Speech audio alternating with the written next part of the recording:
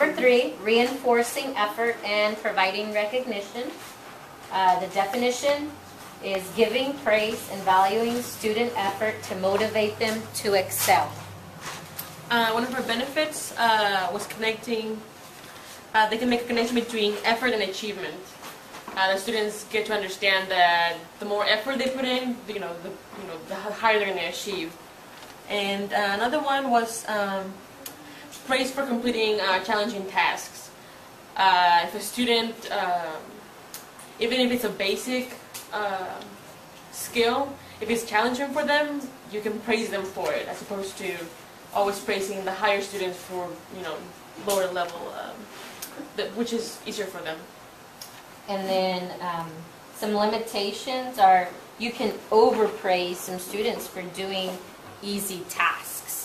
So if they have something that's really easy and you keep telling them, oh, very good job, you may be misleading them to thinking that they know the material, but they may not.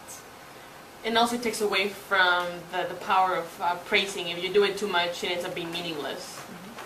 Right. And another one is also the opposite, too little. If you don't praise enough for struggling students, they may feel like, their effort doesn't count. So I guess when it comes to praise, it has to be balanced. It can be too much or too little. It has to be differentiated between your students. It's not going to look the same for your, higher achieving students and the ones that are struggling. Okay. Any questions? Comments?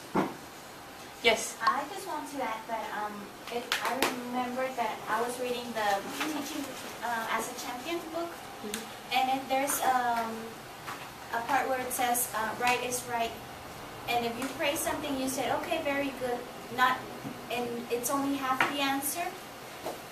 That's what she was talking about. Not only easy tasks, but when you receive the half correct answer, that wouldn't help the students if we're praising them for only half the correct answer. Yeah, it makes them become complacent. Is what people. But then at the same time, if it's a student that hardly participates ever or is struggling with the material, you can't just shut them down and be like, well, you're wrong.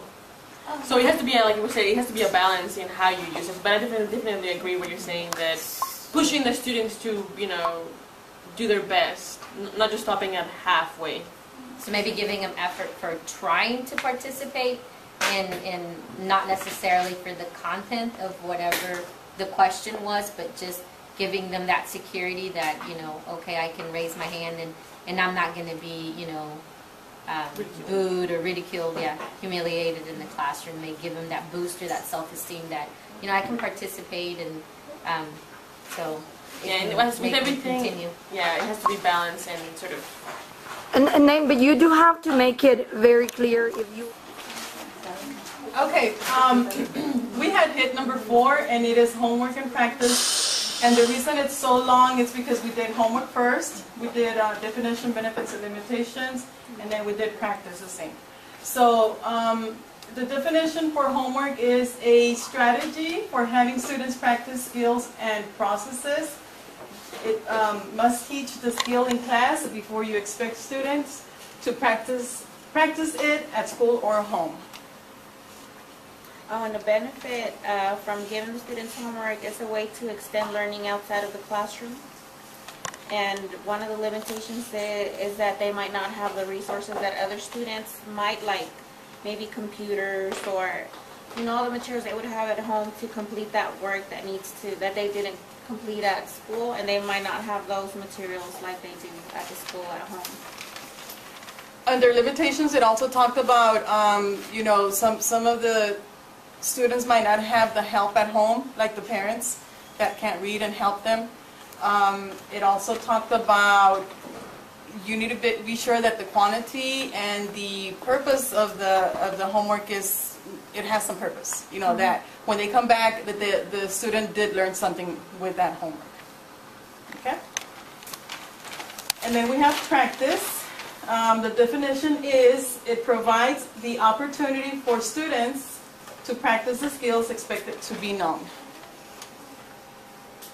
Oh, and one of the benefits is that it allows students enough time to sufficiently master a skill, so They will have practice the skill to know it by heart. You don't have to be guiding them and repeating it over and over like, okay, remember we need to do it this way, or these are the steps. So they will know it automatically how to do it. That's one of the good things in practice.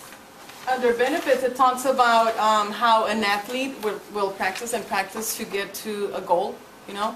And it even says that practice makes perfect.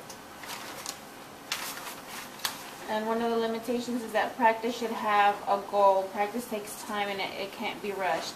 So what it's trying to say is that maybe practice doesn't make perfect, because if you just practice and practice and practice enough to get to that answer, then that's all you're going to do with it, but you're not going to get anything out of it then. Whether if you practice it to get to a goal to which you're trying to reach, it means that you're not going to let go of that practice that you've learned, but you're going to benefit from it in the long run. And then it did read, it did say that practice, homework and practice is the bread and butter of the instructional repertoire. Okay?